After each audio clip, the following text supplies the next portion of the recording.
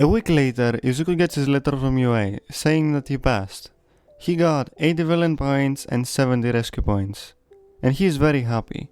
Now, the first day of UA, Izuku walks there, and he sees that Bakugo passed, and he's happy about that.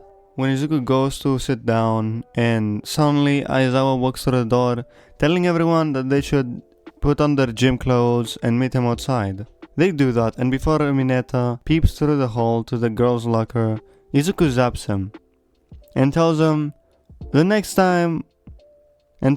the next time he will not be so lucky. Because Izuku is a calm person, but if someone is trying to hurt anyone emotionally or physically, or do what Mineta just wanted to do, Izuku gets very mad at the person. So he's most of the time calm, but if something like that happens, he's just not gonna stand for it. And Mineta starts being more scared of Izuku. He wants to do that shit, obviously, he does in the original, because he's a perv, and Izuku just doesn't like pervs, basically. And so yeah, Mineta starts getting more and more scared of Izuku by day.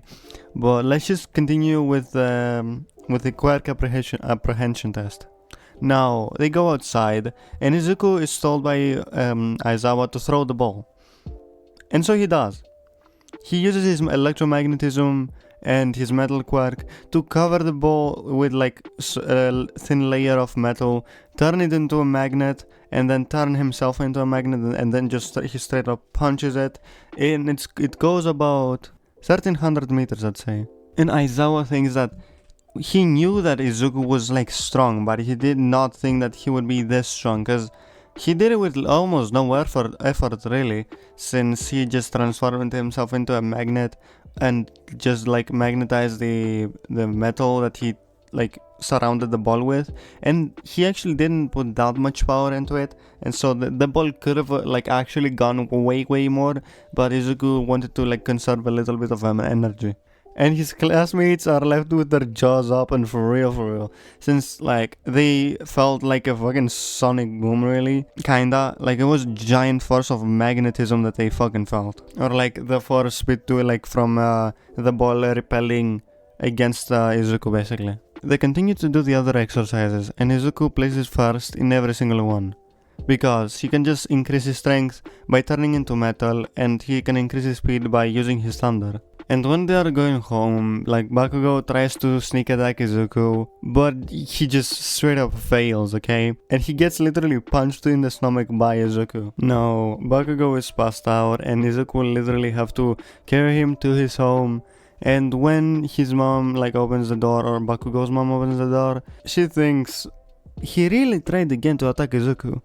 And so she thanks Izuku for bringing him home, and Izuku leaves. Now, the next day when Izuku is going to school, the same thing happens where Bakugo tries once more to surprise attack Izuku, but he almost gets it, Izuku almost gets it, but not really, he avoids it still.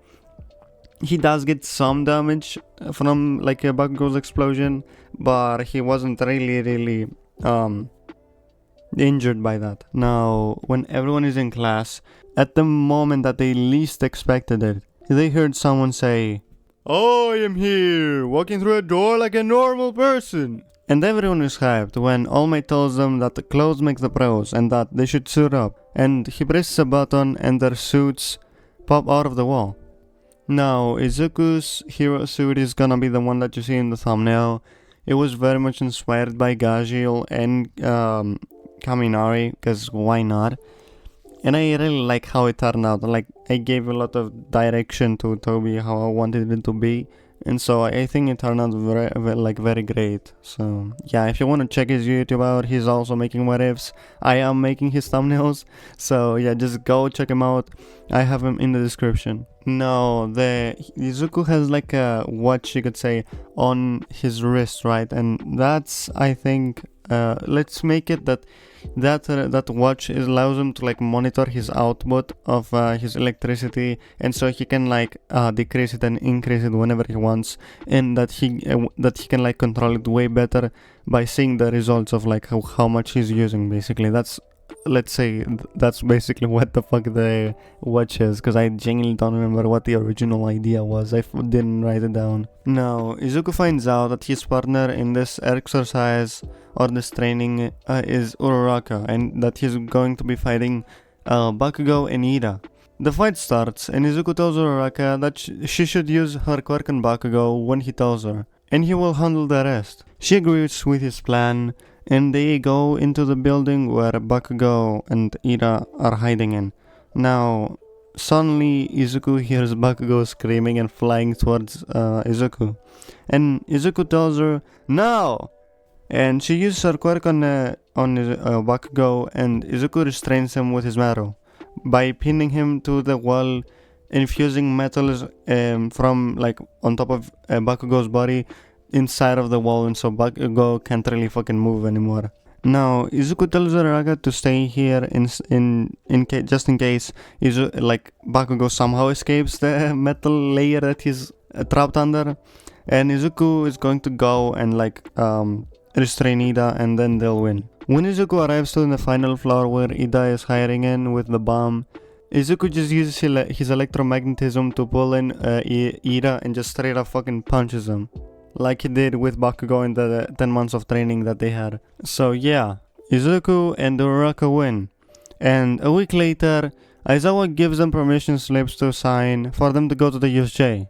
Izuku gets his paper signed by his dad, and he goes to school the next day, and he gives it to Aizawa. Now, the next day, they are on the bus going towards the USJ. On the bus, they are arguing on who is the strongest in their class.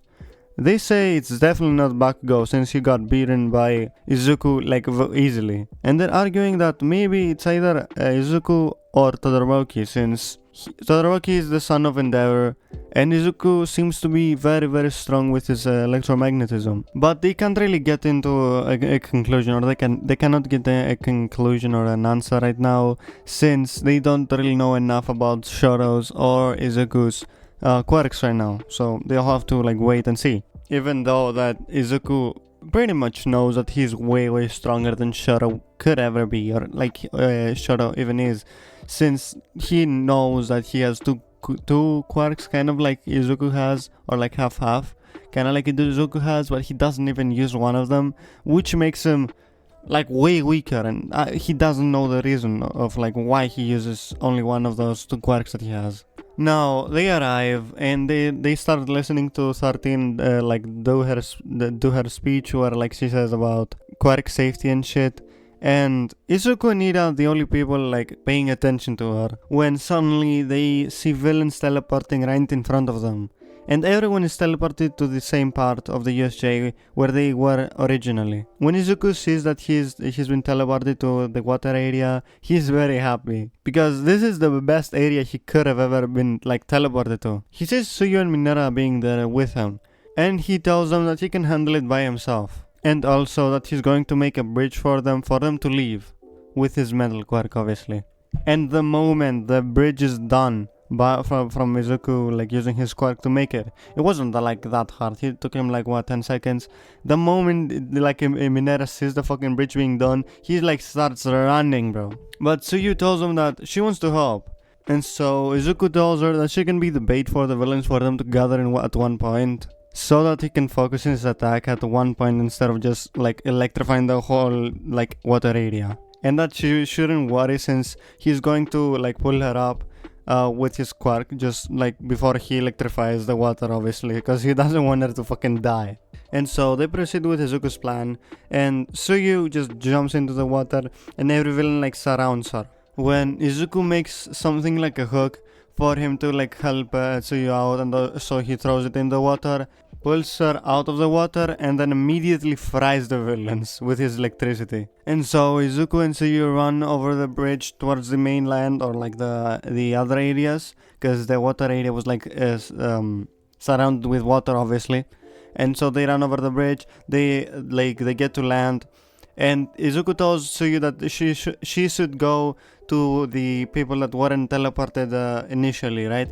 And so he's going to go and help Aizawa. Now, when Izuku sees Aizawa being beaten by the Nomu, he rushes to help him. When Hisagaraki sees Izuku, he orders the Nomu to kill Izuku first, since Aizawa is almost dead anyways. The Nomu starts running towards Izuku, but Izuku saw that the Nomu is very strong, and keeps his distance by flying over it. He keeps trying to paralyze it with his electricity, but it's doing minimal damage, maybe even nothing. And so Izuku decides to just go on the ground and start throwing hands with it, bro. Izuku lands, the Nomu dashes towards Izuku, but he dodges the attack and turns himself into osmium that dances metal on Earth, which would normally make him 1.5 tons of weight. But because Izuku has trained his Quirk so much, to the point where he's like way denser than usual, he weighs about 3 tons by now. Izuku does some serious damage to the Nomu by punching it in the face. And because Izuku's Quirk, the metal part of his Quirk, increases his strength a whole lot, he is able to actually do some damage to the Nomu, even though he's not that strong in his base form. Now, Izuku's strength Quirk, or the metal Quirk, allows him to be at the USJ levels of All Might strength while transformed by this point, okay?